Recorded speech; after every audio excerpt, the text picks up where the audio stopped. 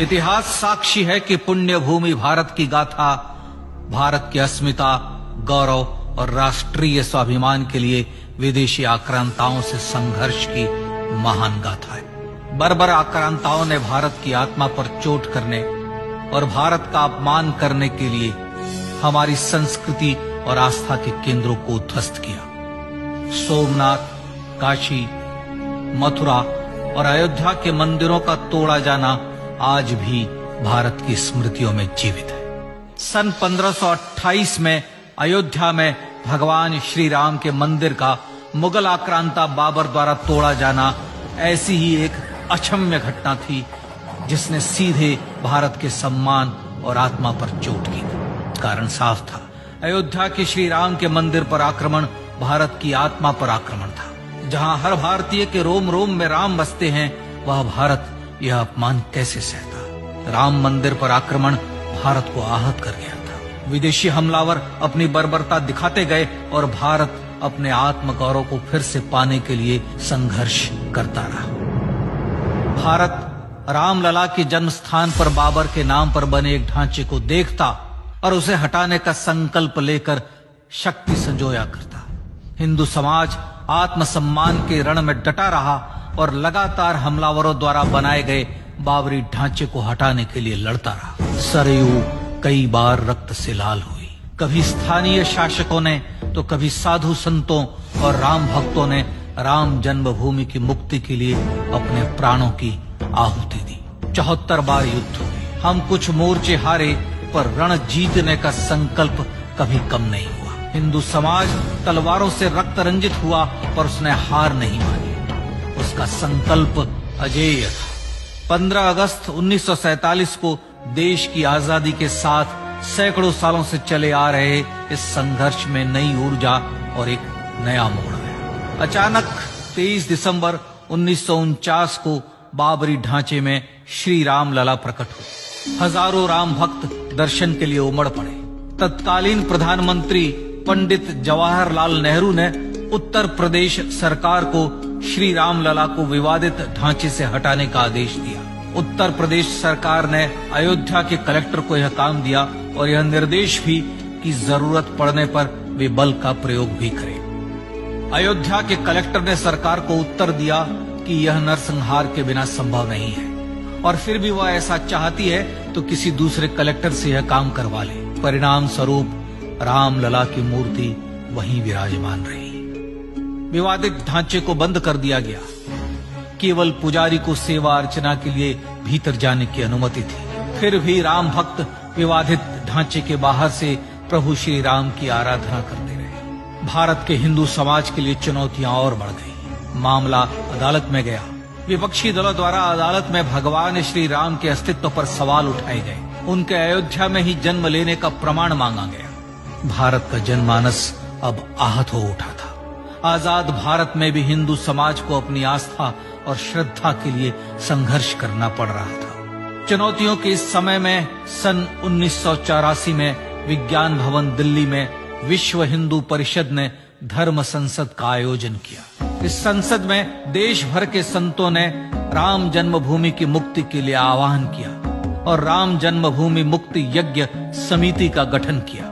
धर्म संसद ने राम जन्मभूमि की मुक्ति और वहां भगवान श्री राम के भव्य मंदिर बनाने के भारत के जनमानस के संकल्प को फिर से दोहराया। विश्व हिंदू परिषद के नेतृत्व में मंदिर निर्माण के लिए पूरे देश में अभूतपूर्व आंदोलन की शुरुआत हुई। श्री राम जन्मस्थली मुक्ति यज्ञ समिति के साथ देश भर में राम जानकी की रथ यात्राएं निकली। राम लीलाओं में राम कथा के माध्यम से भारत का आम जन फिर से जुटा।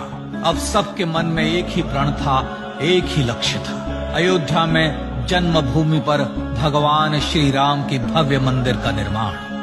सन 1989 में विश्व हिंदू परिषद द्वारा गांव-गांव से रामशिला पूजन करके अयोध्या भेजी गई। 2,75,000 गांवों से रामशिलाएं अयोध्या पहुंची। भव्य राम मंदिर के शिलान्यास का निर्णय हुआ।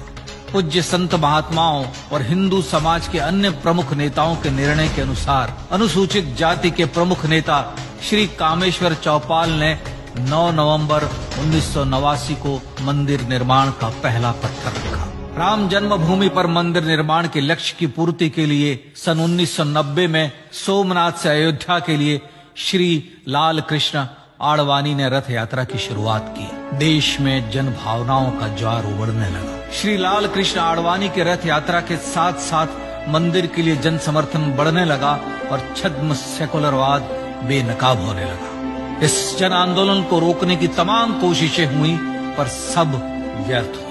विश्व हिंदू परिषद ने देशवासियों से अयोध्या में जन्मभूमि पर मंदिर निर्माण के लिए 30 अक्टूबर और 1 नवंबर 1990 को कार सेवा का आह्वान किया। परिणाम स्वरूप लाखों राम भक्त कार सेवा के लिए देश के कोने कोने से अयोध्या आए।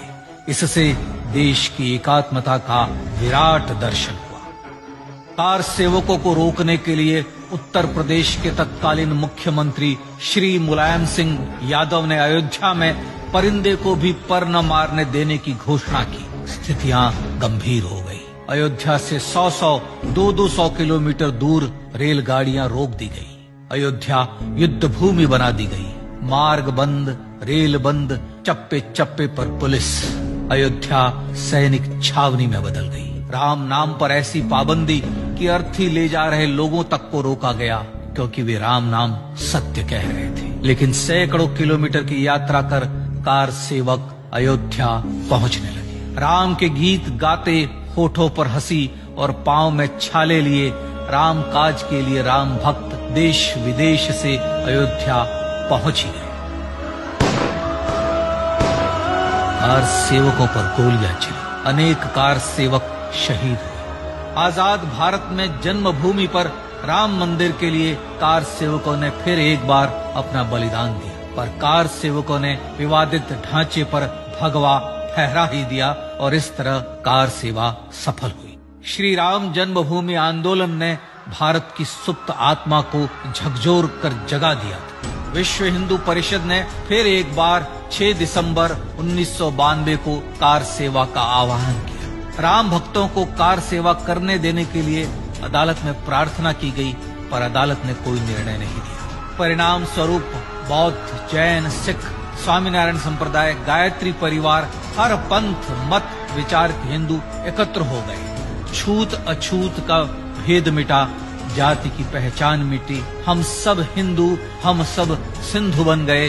राम सिंधु में ज्वार उठा और देखते ही देखते 6 दिसंबर 1992 को श्री राम जन्मभूमि से बाबरी ढांचा सदा के लिए हट गया।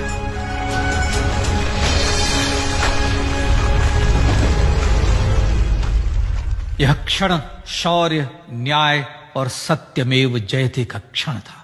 यतो धर्मस्ततो जय का क्षण था। पर संघर्ष की गाथा यहां जाकर भी नहीं रुकी। छद्म सेकुलरवादियों द्वारा भारत और भगवान श्री राम के इतिहास को झुठलाने के लिए अदालतों में चुनौतियों का सिलसिला चलता रहा, जो 1950 से चल रहा था। हिंदू सिखों के बीच से गुजरते हुए भगवान श्री राम का दर्शन करने के लिए विवश थे। यह स्थिति थी आजाद भारत में श्री राम और राम भक्तों की। पर सत्य को तो जीतना ही था। आखिरकार देश के सर्वोच्च न्यायालय के 5 जजों की खंडपीठ ने 9 नवंबर 2019 को ऐतिहासिक निर्णय दिया और यह कहा कि अयोध्या जन्मभूमि परिसर की पूरी 67 एकड़ भूमि रामलला की, और न्यायालय ने भारत सरकार को जन्मभूमि पर मंदिर बनाने के लिए एक ट्रस्ट बनाने का आदेश दिया। सर्वोच्च न्यायालय के आदेश के अनुसार भारत सरकार ने 5 फरवरी 2020 को श्री राम जन्मभूमि तीर्थ क्षेत्र नाम के ट्रस्ट का गठन किया और राम जन्मभूमि न्यास की भूमि जो सरकार द्वारा अधिग्रहित की गई थी उसे ही नवनिर्मित न्यास को वापस दे दिया गया। 5 अगस्त 2020 को भारत के प्रधानमंत्री श्री नरेंद्र मोदी ने श्री राम जन्मभूमि तीर्थ क्षेत्र के अध्यक्ष पूज्य महंत नृत्य गोपाल दास, राष्ट्रीय स्वयंसेवक संघ के पूज्य सरसंघ चालक डॉक्टर मोहन भागवत एवं उत्तर प्रदेश के मुख्यमंत्री श्री योगी आदित्यनाथ की उपस्थिति में श्री राम जन्मभूमि पर भगवान श्री राम के भव्य मंदिर के लिए भूमि पूजन कर निर्माण कार्य का शुभारंभ किया। इस तरह लगभग 500 वर्षों से राम जन्मभूमि की मुक्ति के संघर्ष का पटाक्षेप हुआ। अपने आत्मसम्मान और राष्ट्रीय अस्मिता के लिए इतना लंबा संघर्ष विश्व के इतिहास में बेजोड़ है। श्री राम भारत की आत्मा, भारत की परिभाषा, हमारे राष्ट्रीय आदर्शों और जीवन मूल्यों के प्रतिनिधि मर्यादा पुरुषोत्तम हैं, जो हर हिंदू के होठों पर जन्म से मृत्यु तक रहे। बस यही हर हृदय में प्रार्थना होती है। राम भारतीय राष्ट्रीय स्वाभिमान और आसेतु हिमालय से समुद्र पर्यंत तक जन जन को एकात्मता के बंधन में बांधने वाले रक्षा सूत्र है। अयोध्या स्थित श्री राम जन्मभूमि पर बाबर का हमला वास्तव में भारत के स्वाभिमान और राष्ट्रीयता पर हमला था। प्रधानमंत्री श्री नरेंद्र मोदी द्वारा श्री राम जन्मभूमि पर राम मंदिर का पुनः निर्माण न केवल बाबरी मानसिकता का पराभव है, बल्कि संपन्न, सुखी, सुसंस्कृत, सर्वशक्ति संपन्न स्वराष्ट्र का सूर्योदय भी है। यह उस राम राज्य की दिशा में वह कदम है जिसकी अभिलाषा राज राजेंद्र चोल, कृष्णदेव राय, छत्रपति शिवाजी महाराज से लेकर महात्मा गांधी तक ने की थी। अयोध्या में जन्मभूमि पर भगवान श्री राम का मंदिर न सिर्फ राष्ट्रीय गौरव होगा, बल्कि वह श्री राम के आदर्शों का राष्ट्र मंदिर होगा। अब वह महान संकल्प पूरा होने जा रहा है। आइए इस राम यज्ञ, राष्ट्र यज्ञ में जिन ज्ञात और अज्ञात भारतीयों ने अपनी आत्माहुति दी है, उनका पुण्य स्मरण कर उन्हें श्रद्धांजलि दी।